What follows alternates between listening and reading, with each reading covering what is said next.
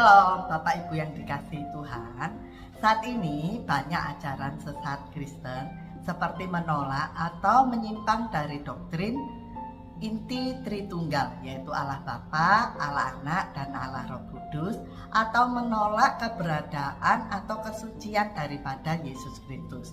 Beberapa contoh yang dianggap sesat dalam sejarah kekristenan yaitu contohnya Pelagianisme, yaitu manusia dapat mencapai keselamatan karena berbuat baik tanpa perlu rahmat Tuhan. Lalu Nestorianisme, yaitu Yesus yang memiliki dua pribadi yang terpisah, yaitu pribadi Allah dan pribadi ilahi. Juga Anomoia, yaitu Yesus bukan sepenuhnya Tuhan, melainkan makhluk ciptaan. Ajaran-ajaran sesat ini lah yang membuat kita tidak dapat mencapai keberadaan firman yang benar. Melalui hal ini, maka perlunya kita mengenal dan beriman pada Allah yang benar. Sebab di dalam kitab Yudas dikatakan ada hukuman atas guru-guru palsu, karena ada penyusup di antara kita. Mereka orang fasik yang menyangkal ketuhanan Yesus Kristus.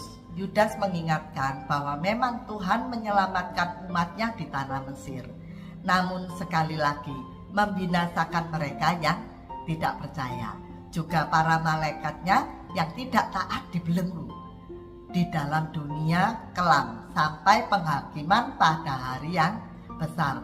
Juga Sodom dan Gomora, kota yang mengejar kepuasan pribadi, pencabulan yang tidak wajar, disiksa dengan api kekal sebagai peringatan semua orang.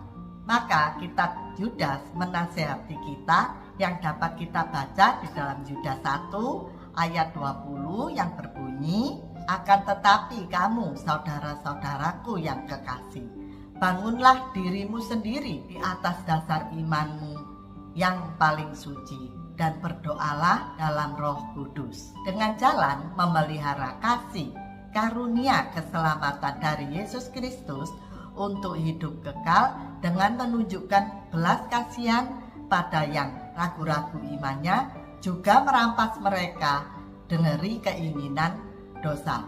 Sebab bagi Dia, Allah yang esa, Yesus Kristus Tuhan kita, adalah kemuliaan, kebesaran, kekuatan, dan kuasa sebelum abad dan sekarang sampai selama-lamanya." Bapak Ibu, ini kan menjelang Natal, jadi biasanya kita bisa pilih-pilih baju, kita bisa pilih-pilih kue akan kita kenakan pada hari Natal. Kenapa kita tidak pilih-pilih ajaran atau belajar tentang kebenaran firman yang benar? Janganlah kita ikut-ikutan untuk mengetahui kebenaran yang salah. Sebab dikatakan di dalam kitab Yudas bahwa ada penyusup di antara kita. Selamat pagi, Tuhan memberkati.